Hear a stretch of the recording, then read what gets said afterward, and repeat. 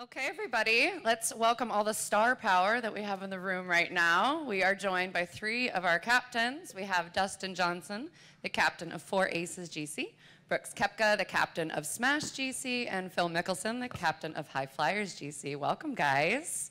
So Valderrama is considered the Augusta of Europe, is what they keep saying. I know, Brooks, DJ, this is your first time playing here, so what have your impressions been so far? I played the back nine yesterday. I thought it was fantastic. Great golf course. Really got to think your way around it.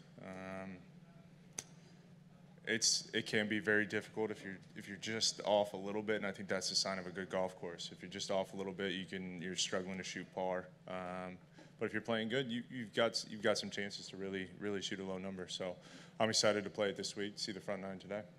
DJ? Yeah, I played the back nine yesterday, front nine on Monday. Course is unbelievable. You got to drive it straight. You know, tiny greens. I really like it though. It's a golf course, you know, that I like. But yeah, you definitely want to be on your game playing this place. You know, like Brooks said, if you're off just a little bit, it's very tough to make pars, or you know, and obviously depending on how firm the greens get, just because they're so tiny and they got a lot of slope. You know, the course could be as tough as you want it. But, yeah, it's a fantastic golf course, and I really enjoy it. That's great. And, Phil, you have some experience here. You were part of the 1997 Ryder Cup team that played here, and also WGC 99, I believe. I played here a long time ago, but I have really fond memories here with Seve. I had a really special relationship with Seve. I looked up to him as a kid and had a chance to play my first PGA Tour event, a practice round with him in San Diego, and he was so kind to me, and I really appreciated the time that I had spent with him, and there were a lot of great memories from his captaincy in '97. Even though we lost by a point, made a good Sunday rally, the memories I have were of Seve leading his team and driving around the course and getting involved in what his players should do and try this shot, and like how creative he was. I had a lot of great memories, but a lot of them are from Valderrama, and I can't come here without thinking about him. That's great. We're now at the mid-season point of the season.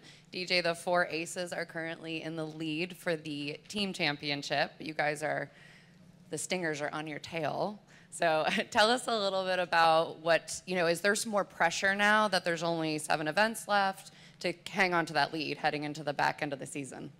I mean, yeah, we always want to play well. We, you know, definitely like being in the lead, but yeah, if we gotta get our act together a little bit. We gotta play a little stronger, but you know, as long as all 4 guys are playing well, we're gonna compete every single week. And then I think, you know, this year we've done that pretty well, other than maybe 1 event, but. Yeah, we got 7 more events, and we got to, you know, play really well if we want to win the title again. And Brooks, you're currently in 3rd place on the individual standings, but it's really anybody's game. It's a really tight race right now. Given your career accomplishments, where would a season individual trophy kind of rank amongst all of your career accomplishments? Yeah, I mean, obviously it'd be fantastic. It's pretty close right now. I think Taylor's in 1, and I think Brendan Grace is 2. So, yeah, it's up for grabs. I think that's exciting. Going into the last half of the season, I think even looking down at 4 or 5, and I believe even 6 in the rankings, it's all really tight. So it'll be a fun next few weeks, next few months, just to see where everything plays out. Phil, you've really embraced this leadership role, and you've been mentoring a lot of your guys. I know you guys had a team dinner last night. You travel together. Is it something about where you're at in your career and life right now that it's really enabled you to embrace this role? Do you think you would have been the same way 20 years ago? My excitement level to play golf and my enjoyment level is really at a high point because of this team element and the ability to create these relationships and the dynamic that we have. So I really look forward to coming out and playing the practice rounds, playing the tournaments, and we have a lot of fun together, like last night, getting together and having a team dinner. We all really have a great rapport and a great relationship, and it's made getting out and playing and competing really fun and giving me a new energy even at 53.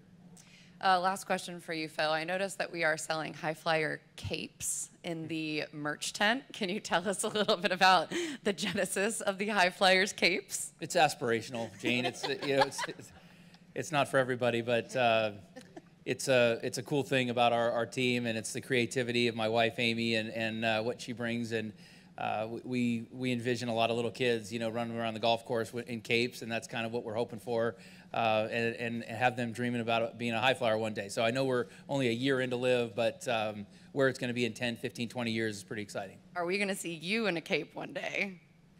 Yeah, possibly. We'll see. And with that, I will turn it over to the press. Just so you guys know, for the Spanish-speaking press, if they want to ask a question in Spanish, Ileana will translate for you. Okay. Right there. Is there another mic?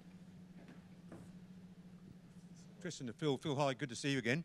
When you talked about when you met Seve for the first time, when you're on your rookie tournament, what sort of advice did he give you, and what sort of words of encouragement that still you remember all these years ago?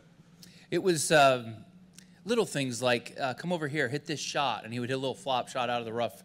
It would be playing a practice round and have him hitting a shot to a back right pin when the pin on the practice day is, front center. And he's talking about getting ready to play, compete, and to work on the shots that he's about to play in the competition. And that was, for a 17-year-old, a little eye-opening, because I'm out there trying to shoot a number and score on a Tuesday practice round, which made no sense.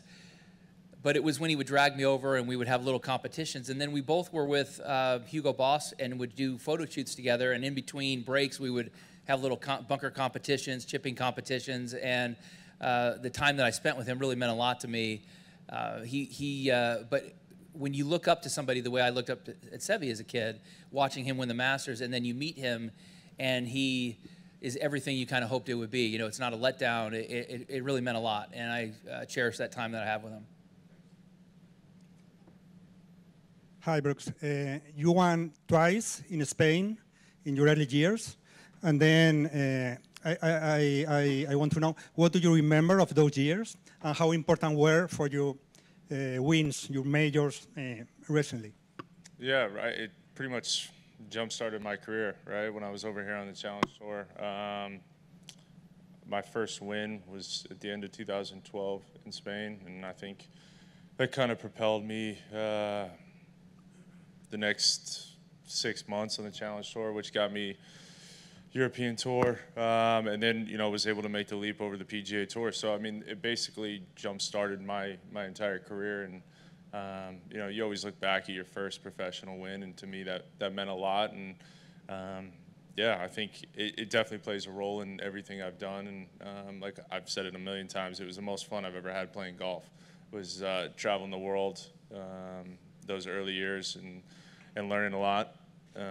Learning about myself, learning different countries, learning different things, and it was so much fun. So I think it played a huge part who I am today. Si hay alguna pregunta en español, lo podemos traducir con mucho gusto.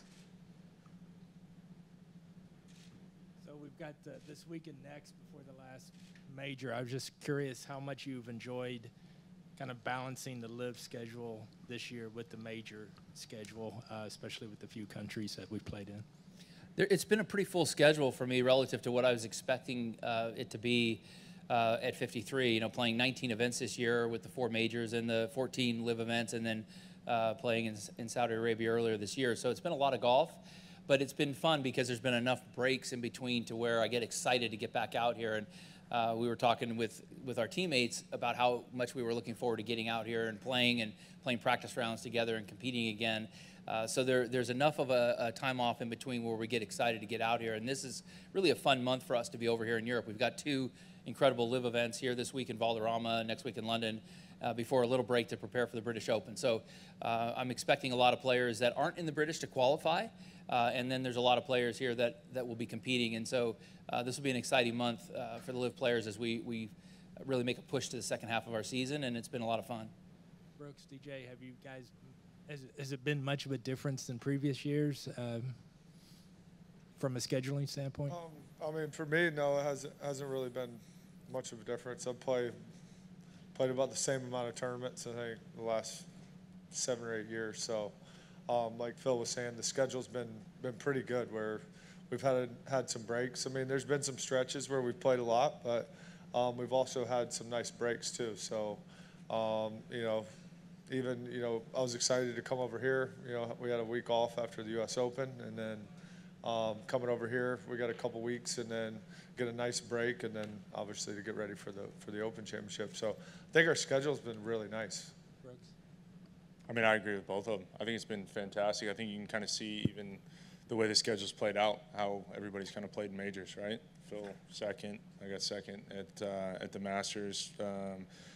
Good showing by a bunch of LIV guys at the PGA as well, and even the U.S. Open. So I think the schedule's been fantastic. It's definitely helped us in the preparation for the majors as well.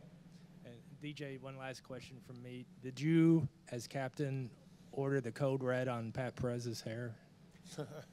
No, I had nothing to do with that. That's all Pat. Thanks. Questions to all of you. How excited have you been that you're playing here in Spain at Valderrama? Yeah, I guess for somebody that's never played, I've been pretty excited. There's a lot of history at this golf course. I think everybody knows how special of a place this is, and you look at a lot of the past winners here, been some of the best players to play the game. So I know I'm excited. I know a lot of the guys I've talked to have been very excited to come here and play this golf course. Yeah, same for me. You know, all the guys I talked to, you know, that have played here was, you know, said nothing but great things. So I was excited to get here, and once I saw the golf course, it lived up to everything that people said about it. And yeah, it's a fantastic golf course, and you know, really excited for the week. Yeah, I think it's really a credit to Robert Trent Jones Sr., who designed it, and the way he made precision be such an important part of the test of golf rather than the ability to just overpower it. And so this is a great example when we talk about golf ball going too far and so forth, of how to create precision and ball striking and course management as the challenge rather than just brute strength. The simplicity of the golf course, the greens, they're not over contoured. They have just the right amount of movement. They're small, they're difficult. The way each holes are shaped with the trees and the fairways moving, you really have to be creative on club selection as well as shot making. It's just a great overall test. And it's not just about who hits the ball the longest, it's about who can have the most complete golf game. It's really a great golf course.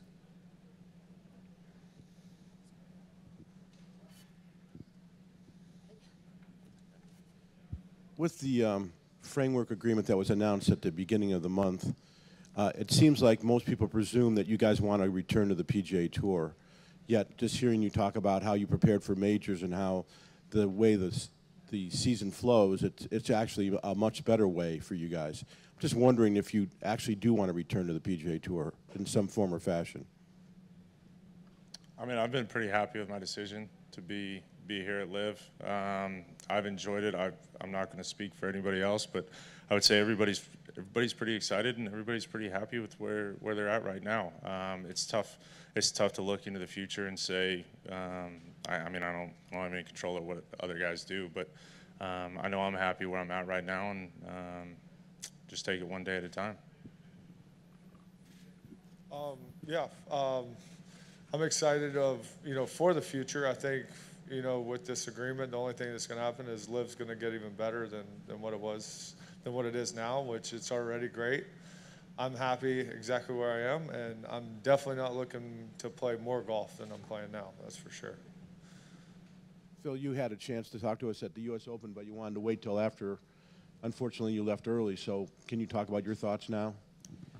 Somewhat. I mean, I think that right now we have basically an agreement to have an agreement. So there's really, and everything over the last couple of years that we've been told by Greg and everybody on LIV has come to fruition. So we have a lot of confidence in what they have been saying to us because everything has been happening, and we don't really feel the need to publicly posture our position. So there's really no need for us to talk about things publicly, but to just let it play out. One other thing, oddly, most people think that LIV is going to go away. They thought that the agreement basically said that. but you're talking about capes, you're talking about going to the future. So it seems like all of you believe that this is going to be around for a while. I think actions are a little bit stronger than words. I think if you just look at what LIV is doing and what we're doing, I think that will is more of a statement.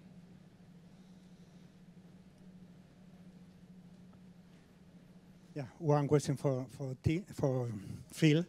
It's about your links to Spain. You've been a long time without coming here, but you have had, or you have, a good relationship with Sevi, Sergio, and John. Have you ever talked to them about the miracle of Spanish golf, with very little players and having major winners? Have you talked to them about that? I have had a chance, and it's, you know, this country has some of the best players in the history of the game. It's really amazing the way golf has been such a part of the culture, and how to see the game grow, and how Sergio and Sevi in the past and John Rahm all have this desire to continue to grow the game here. And they continue to do it, and the game gets stronger and stronger. We're driving and seeing so many beautiful golf courses, and I ran into a couple of kids last night that were part of the junior program, and it seems that there's really a strong presence in the game of golf here in the country of Spain, and I think it's because the players that have been so successful continue to give back, you know, starting with Sevi, and then going to Sergio, now John Rahm, and all that they're doing to support their home golf. You see John and Sergio, you know, come back and play and compete in their National Open and Championship and support the game, and it's really cool what they've done. Phil, I don't think you answered. Just specifically, do you have any interest in playing on the PGA Tour in the future? So rather than just say like yes, no, I know that I would say that all of the, from a player experience, all of the difficulties and challenges and the things that take a lot of excess of energy output throughout the week have been have been fixed at LIV, and so the player experience here is incredible, and I just can't envision a better scenario for me as a player than playing out here on LIV. Can I also ask, I mean, you were in a lot of headlines, you took a lot of heat, a lot of criticism. When this framework was announced, did you feel any form of vindication? I would say I felt appreciation that we got to this point where we're working together, because it makes me confident with where the game of golf is headed in the future. We felt like it was going to be about 2 years roughly before we got to that point. It took a year and a half, or 6 months quicker than I thought it would be. And going forward, we're all very optimistic about where the game of golf, and professional golf specifically, is headed. Also, a lot of the changes that have been made because of LIV, we're all very appreciative, both on the LIV Tour as well as the PGA Tour, and we're happy for the guys out there that they're having well, that they're having some positive changes there as well. Swedish media here. Just curious about your opinion regarding the Ryder Cup situation and the captain role of Henrik Stenson. Is there a new situation, do you think? It's tough to speak for the European side. I mean, I think we don't really have any involvement in that, considering that we're all from the United States. So it's very tough. I mean, I think it's, to be honest with you, kind of unfortunate what happened. But I don't know. We'll see. You know, hopefully there's a couple of guys from LIV that are playing the Ryder Cup here in 3 months. So we'll see. What's your take, Phil? Is Yeah, there a new situation after the merge? I just can't comment on the DP World Tour. I'm not a member. I've not been part of it. I'm not knowledgeable on the ins and outs of it. I was disappointed to see the lack of support for Henrik Stenson as captain because of all he's done for the game of golf. I was disappointed to see what the Swedish Golf Federation did on, you know, to not support him, and hopefully that stuff will start to change. But it's going to take a little bit more time, I think, to kind of iron out the agreement, but hopefully that'll all change. Is there a new situation, do you think? Hopefully.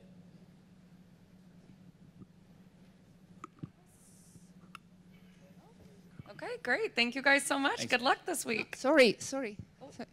Excuse me. Sí. Para la verdad de Murcia, por desengrasar un poco, en el poco tiempo que llevan en España, ¿Han incorporado a su vocabulario alguna palabra, alguna frase en castellano que no sea jamón? Like she's asking if you have been for a little while already in Spain. Have you incorporated any word in your language in Spanish that is not jamón, ham? Un poco. Un poco. Un poco. She's asking if any of you. Yeah, I mean, I've learned some Spanish from my years over here when I was, 2012 to 2014, but a little rusty in it, but picking back up. Un poquito. Un poquito. Very little. Perfect. Thank you so much.